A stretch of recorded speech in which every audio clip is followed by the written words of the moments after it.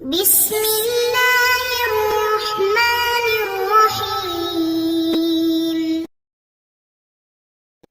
السلام علیکم ورحمۃ اللہ وبرکاتہ۔ امید ہے کہ آپ سب ایمان، صحت، عافیت اور برکت کے ساتھ ہوں گے۔ آج ہم سبق نمبر 22 کو پڑھیں گے، جس کا عنوان ہے ندا کا بیان۔ تو سب سے پہلے عبارت اور ترجمہ، اس کے بعد انشاءاللہ تفصیل پڑھیں گے۔ وَأَمَّا النِّدَاءُ فَهُوَ طَلَبُ الْإِقْبَالِ بِحَرْفٍ نَائِبٍ مَنَابَ أَدْعُو وَأَدَاوَتُهُ ثَمَانِيَةٌ يَا وَالْحَمْزَةُ وَأَيْ وَآ وَآ وَأَجَا وَهَجَا وَوَا، فالحمزة وأي للقريب وغيرهما للبعيد، وقد ينزل البعيد منزلة القريب فينادى بالحمزة وأي إشارة إلى أنه لشدة استهزاره في ذهن المتكلم صار كالحاضر معه، وقول الشاعر السكان نعمان الأراك تيكنوا بأنكم في ربع قلب سكان، وقد ينزل القريب منزلة البعيد فينادى بأحد الحروف الموزوعة له إشارة إلى أن المنادى عظيم الشأن رفيع المرتبة، حتى كان بعد درجته في العزم عن درجة المتكلم بعدا في المسافة، كقولك أيا مولاي وأنت معه، أو إشارة إلى انحطاط درجته كقولك أيا هذا لمن هو معك، أو إشارة إلى أن السامع غافل لنحو نوم أو ذهول كأنه غير حاضر في المجلس، كقولك للساحي أيا فلان۔ وقد تخرج الألفاظ النداء المعنى الأصلي لمعان أخرى تفهم من القرائن كالإغرار نحو قولك لمن أقبل يتظلم يا مظلوم، والزجر نحو أفؤادي متى المتاب ألما تسهو والشيب فوق راسي ألما، والتحشر والتزجر نحو يا منازل سلمى أين سلماك، ويكثر هذا في نداء الأطلال والمطايا ونحوها، والتحسر والتوجع كقوله أيا قبر معن كيف وريت جوده، وقد كان منه البر والبحر مترعا، والتذكر نحو أيا منزلي سلمى سلام عليكما هل الأزمن اللاتي مزينا رواجع، وغير الطلبش يكون بالتعجب والكسم وصيغ العقود كبئت واشتريت، ويكون بغير ذلك، وأنواع الإنشاء غير الطلبش ليست من مباحث علم المعاني فلذا ضربنا صفحا عنها۔ اب ترجمہ دیکھ لیجئے۔ بہرحال ندا، پس وہ طلب کرنا ہے توجہ کو ایسے حرف کے ذریعے جو ادعو کے قائم مقام ہو۔ اس کے حروف 8 ہیں، یا، حمزہ، وَأَيْ، وَآ، وَآ، وَأَجَا، وَهَجَا، وَوَا۔ پس حمزہ اور ای قریب کے لیے آتے ہیں اور ان کے علاوہ بعید کے لیے، اور کبھی اتارا جاتا ہے بعید کو قریب کے مرتبے میں۔ پس ندا دی جاتی ہے حمزہ اور ای کے ذریعے، اس بات کی طرف اشارہ کرتے ہوئے کہ وہ متکلم کے ذہن میں زیادہ مستحضر ہے۔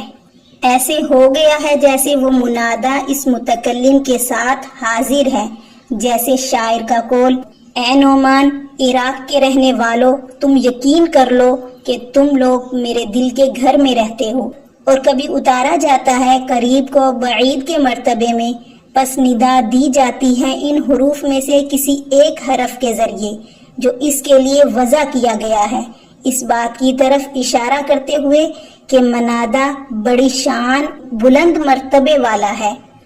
حتیٰ کہ اس منادہ کے درجے کی دوری بڑائی میں متکلم کے درجے سے ایسی ہے جیسے دوری ہوتی ہے مسافت میں، جیسے تیرا کہنا ہے اے میرے مولا حالانکہ تم اس کے ساتھ ہو، یا اشارہ کرتے ہوئے اس کے درجے کے انحطاط کی طرف، جیسے تیرا قول اے یہ اس شخص کے لیے جو تیرے ساتھ ہے، یا اس بات کی طرف اشارہ کرتے ہوئے کہ سامع غافل ہے نیند یا ذہنی پریشانی کی وجہ سے، گویا کہ مجلس میں حاضر نہیں ہے، جیسے تیرا کہنا ہے غافل کے لیے ایا فلان، اور کبھی الفاظ ندا اپنے اصلی معنی سے نکل کر دوسرے معنی کی طرف نکل جاتے ہیں جو سمجھے جاتے ہیں قرائن کے ذریعے، جیسے کل اغرائی، اغراء یعنی ابھارنا، جیسے تیرا قول اس شخص کے لیے جو مظلومیت کا حال بیان کرنے کے لیے آیا ہے، یا مظلوم،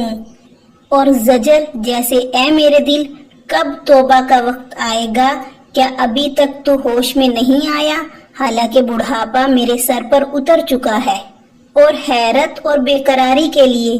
جیسے اے سلمہ کی منازل، تمہاری سلمہ کہاں ہے، یہ زیادہ تر کھنڈرات اور سواریوں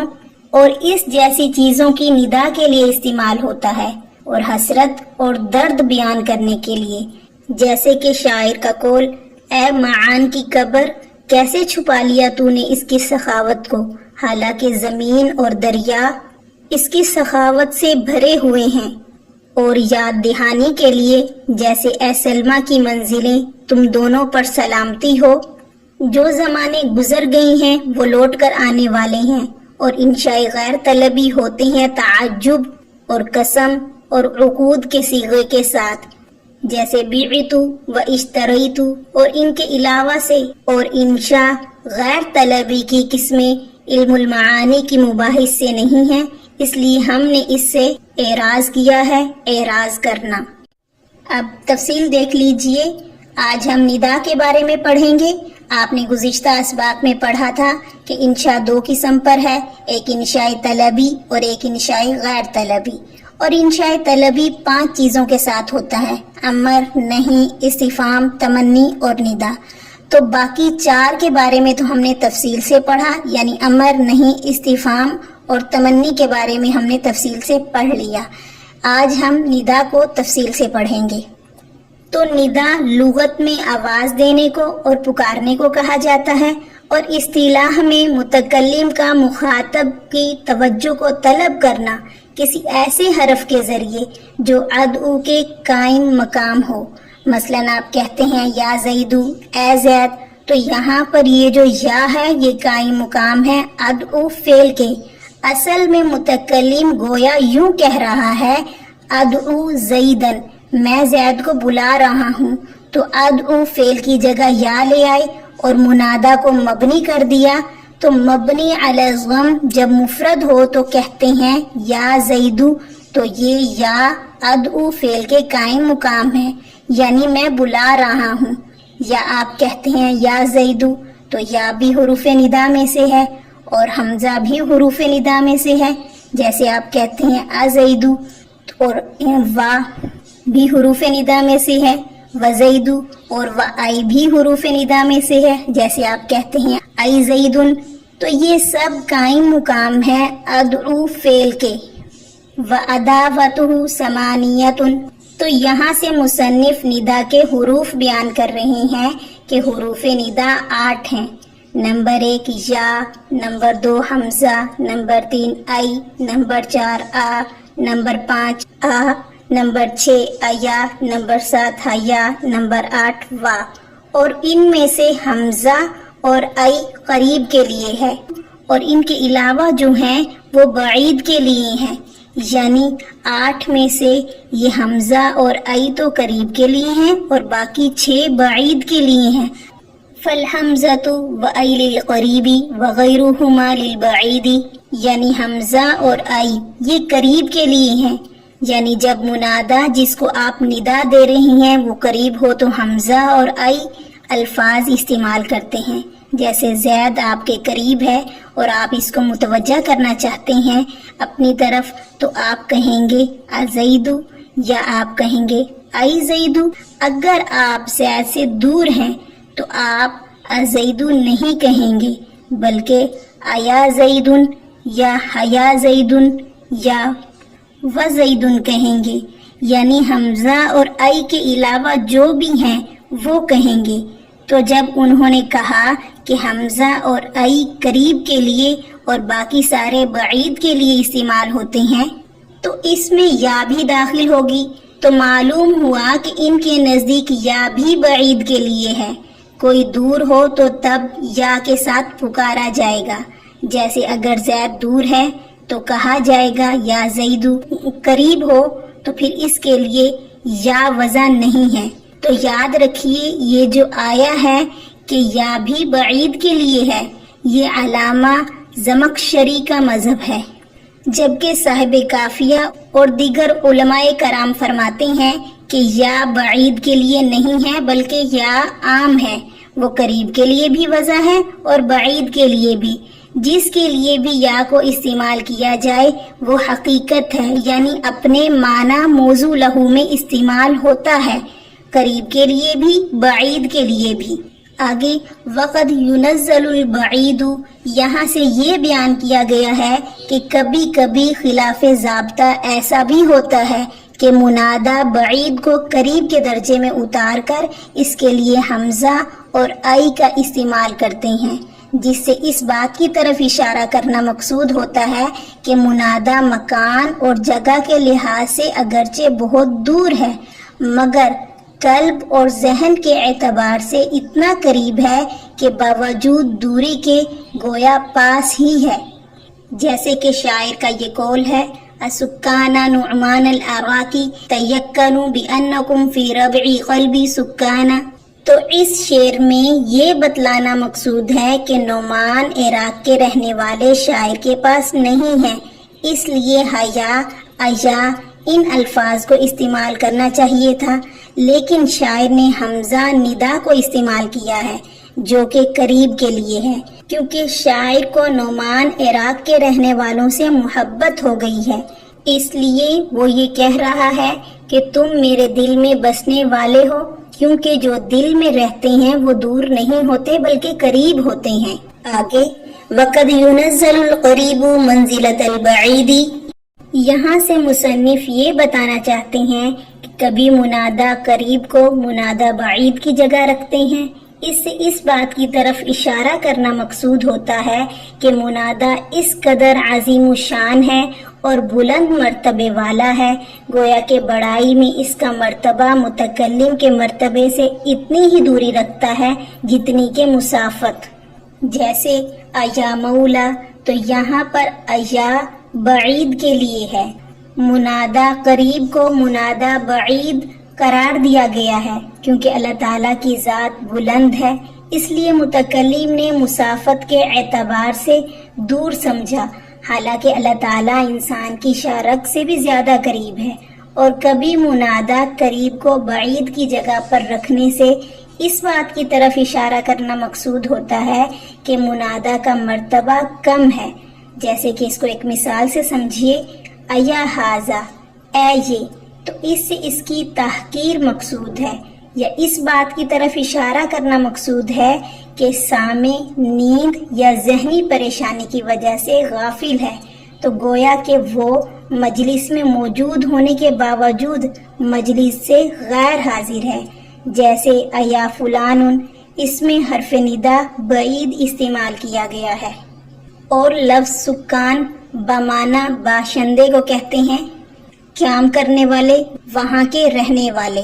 اور نعمان العراقی یا نعمان العراقی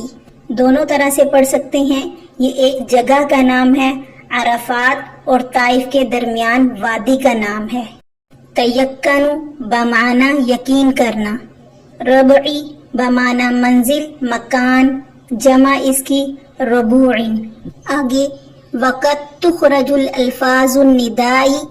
یہاں سے مصنف ندا کے مجازی معنی کو بیان کر رہے ہیں اور وہ مجازی معنی قرائن سے سمجھے جاتے ہیں۔ نمبر 1 اغراء، کبھی حروف ندا ابھارنے کے لیے بھی آتا ہے، ترغیب دینے کے لیے، کسی کام پر آمادہ کرنے کے لیے بھی آتا ہے، جیسے کہ یا مظلوم، کہنا اس شخص سے جو ظلم کی شکایت لے کر آئے، شکایت سننے کے دوران۔ مثال مذکور میں یا اگرچہ ندا کا حرف ہے مگر اس کا مقصد طلب الاقبال نہیں ہے، اس لیے کہ ظلم کی داستان بیان کرنے والا حاکم کی طرف پوری طرح متوجہ ہے، بلکہ مقصد اس کو اپنی مظلومیت کی داستان بیان کرنے پر ابھارنا اور آمادہ کرنا ہے۔ اور کبھی حروف ندا زجر و توبیخ یعنی ڈانٹنے کے لیے بھی استعمال ہوتے ہیں،